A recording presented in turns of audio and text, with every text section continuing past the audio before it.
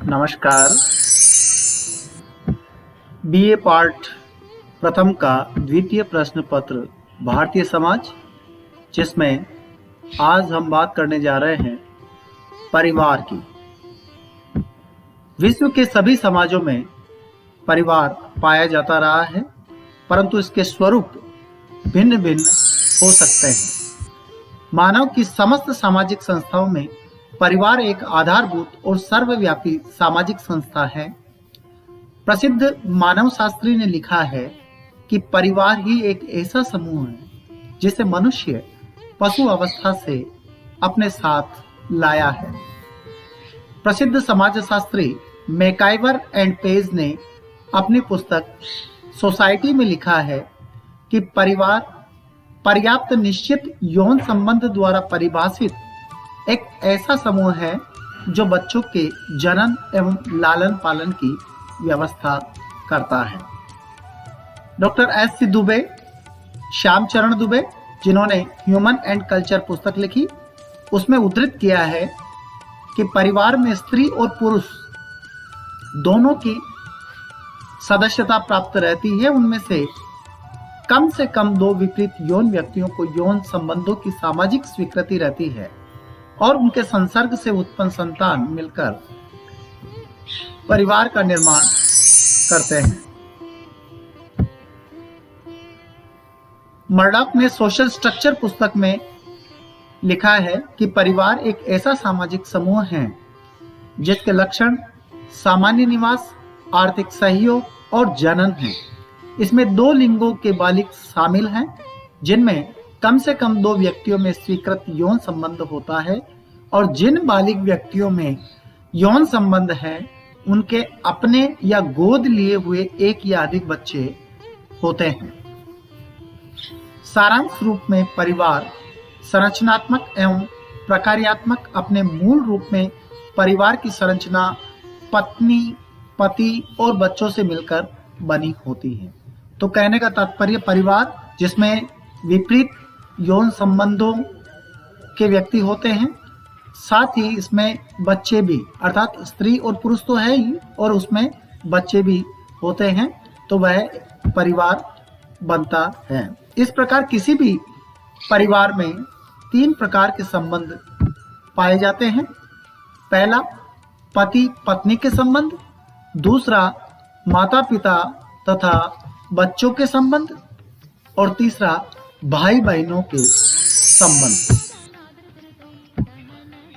परिवार की विशेषताओं के बारे में यदि हम बात करें तो मैकाइवर एंड पेज ने सोसाइटी में दो प्रकार की विशेषताएं बताई, एक सामान्य विशेषता और दूसरी विशिष्ट विशेषता है। इन दोनों का मिश्रित रूप आपके सामने ये रहा। विवाह संबंध, परिवार विवाह के बाद ही अस्तित्व में आता है। विवाह एक संस्था है तो परिवार एक समिति है।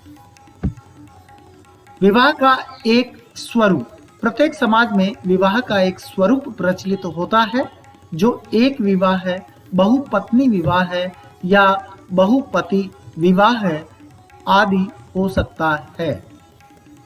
तीसरा वंश नाम, परिवार में बच्चों के नामकरण की भी एक व्यवस्था होती है। बच्चे या तो पिता के नाम से जाने जाते हैं या माता के नाम से जाने जाते हैं। देखिए, पूरे भारत की यदि हम बात करें तो यहाँ पितृवंशीय ज्यादातर है, मातृवंशीय बहुत कम है। गारो खासी जनजाति में मातृ सत्तात्मक परिवार पाए जाते हैं। अर्थव्यवस्था, प्रत्येक परिवार में अपने सदस्यों के भरण पोषण के लिए कोई न कोई आर्थिक क्रिया अवश्य पाई जाती है। सामान्य निवास, प्रत्येक परिवार में अपने सदस्य एक स्थान पर निवास करते हैं जिसे वे घर कहते हैं। यानी कि विवाह का संबंध, विवाह का स्वरूप, वंश नाम, अर्थव्यवस्था, सामान्य निवास, एक प्रकार की ये सामान्य विशेषता देखने को मिलती है। इसके साथ ही यह सार्वभौमिक भी है, अर्थात ऐसा कोई स्थान नहीं है जहां परिवार रूपी समिति नहीं पाई जाती हो, अर्थात वो सभी जगह पाई जाती है। सभी कालों और सभी स्थानों पर देखी जा सकती है। भावात्मक आधार, परिवार के सदस्यों में परस्पर भावात्मक संबंध होते हैं। उनमें प्रेम, सहयोग, बलिदान एवं सहिष्णुता के भाव पाए जाते हैं। इसके साथ ही परिवार में रचनात्मक प्रभाव भी देखा जा सकता है, क्योंकि बच्चा परिवार में ही अच्छी और बुरी आदतें सीखता है। उनके व्यक्तित्व का निर्माण भी परिवार में ही होता है। इसलिए परिवार समाजीकरण का एक प्रमुख अभिकरण भी है। केंद्रीय स्थिति, सामाजिक संरचना में परिवार की केंद्रीय स्थिति है।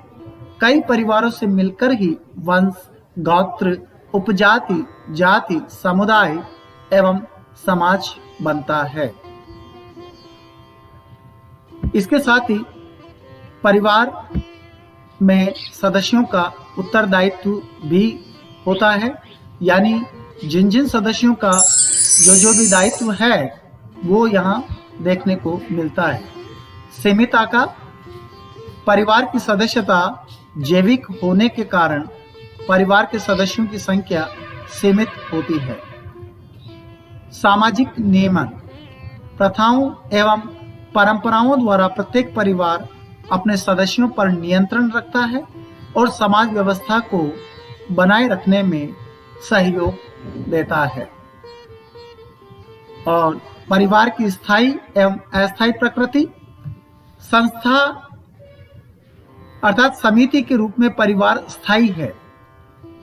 इसके साथ ही आदिकाल से परिवार चला आ रहा है, किंतु संघ के रूप में व्यक्तिगत परिवार सदस्यों की मृत्यु होने पर समाप्त भी होते रहते हैं। अर्थात कुछ परिवार ऐसे भी हैं जिनकी सदस्य संख्या कम होते होते वो समाप्त होते जा रहे हैं, लेकिन नवीन पीढ़ी के द्वारा पुनः संचालित होते हैं।